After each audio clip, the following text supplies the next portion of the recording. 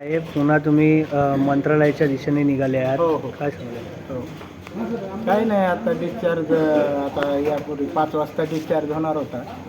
दुपारी आम्हाला सांगण्यात आलं 10:30-11 वाजता डिस्चार्ज होईल. परवा दिवशी सांगण्यात आलं होतं. पण 11:30-12 वाजले पुन्हा म्हणजे 5 वाजता डिस्चार्ज होणार आहे. 5 वाजता आल्यानंतर सुद्धा डिस्चार्ज झाला नाही. मग आम्हाला 8, 8:30-9च्या अंदाजात कळालं किंवा डिस्चार्ज नाही, काही तर तपासणी राहिल्यात काही नाही. आणि डिस्चार्ज देऊन जी पुन्हा त्यांनी पुन्हा कंटिन्यू मध्ये ठेवलं, तपासण्या ही राहिल्या ते तपासण्या.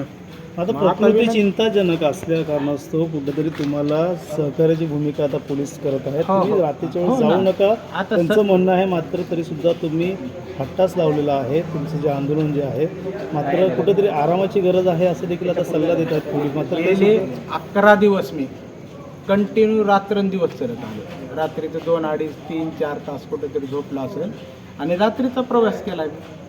ते तुमचं बिबट्याचं वन काय बिबट्या प्रवण क्षेत्र आहे, त्या क्षेत्रात माळची रस्त्या पलीकडे त्या सुद्धा क्षेत्रामध्ये मी चलत आलो. रात्री माझ्यासोबत मुंबईची SID रात्रीच्या 12, 1, 2 वाजता कंटिन्यू कॉन्टॅक्टमध्ये राहिलेले. त्यांना विचारा आणखी तुम्ही SIDला 1 वाजता फोन आला तर मी बोलत होतो त्यांना. त्यांनी म्हणायची अडचण आली की ते सांगा. आमचे लातूरचे एक API सावंत साहेब ते रात्री 2 वाजता फोन करायचे. 1 वाजता मी पोलिसाला सगळ्या सांगत आलो आहे. म्हणजे ह्यांच्यासोबत म्हणजे असं काही नाही की बाबा पोलिसाचं ऐकत नाही असं. कारण माझं आंदोलन आहे तिथं जाऊन मांडणं भूमिका आहे म्हणून मी निघालेलो आहे. पोलिसाचं किंवा कोणाचं आमचं वैर नाही. आमची भूमिका आहे, शेतकऱ्याची भूमिका आम्ही मांडायला निघालेलो आहे.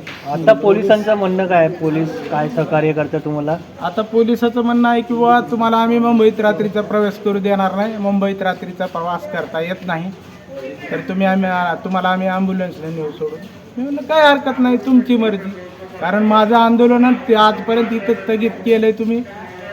मला मुंबईपर्यंत चालत जायचं होतं, पण तुम्ही चालू देत नाही प्रशासन. म्हणलं काय त्याला काय हरकत. ॲम्ब्युलन्सने जायला तयार आहात का तुम्ही?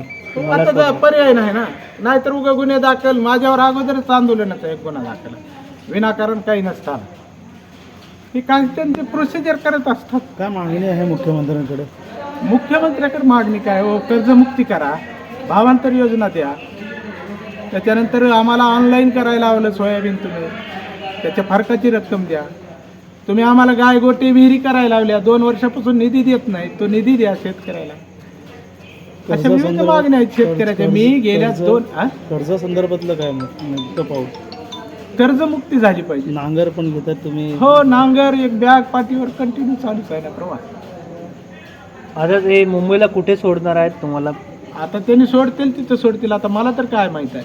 त्यांनी म्हणायचं आम्ही तुम्हाला मुंबईतून चालत जाऊ देणार नाही, कारण आपल्याला कोणाला विरोध करायचा नाही. सोबत कारण जे कायद्यातली तरतुदी आहेत त्या कायद्यानुसार चालायचं आपण. सोबत कोण कोण आहे आता? आता माझा मित्र एक गणेश आहे आणि पुन्हा आता सकाळी एक गावाकडून आलेला संतोष म्हणून आहे. आम्ही 3 जण आहेत आता. नांगर घेऊन आता हो, आंदोलनाला नांगर सुरुवात होईल. घेऊनच जाणार. ॲम्ब्युलन्समध्ये सुद्धा नांगरच असेल. नांगर नसेल तर मग मी इथंच थांबणार. दुपारी डिस्चार्ज दिलेला होता. ABP माझा, उघडा डोळे बघा नीट.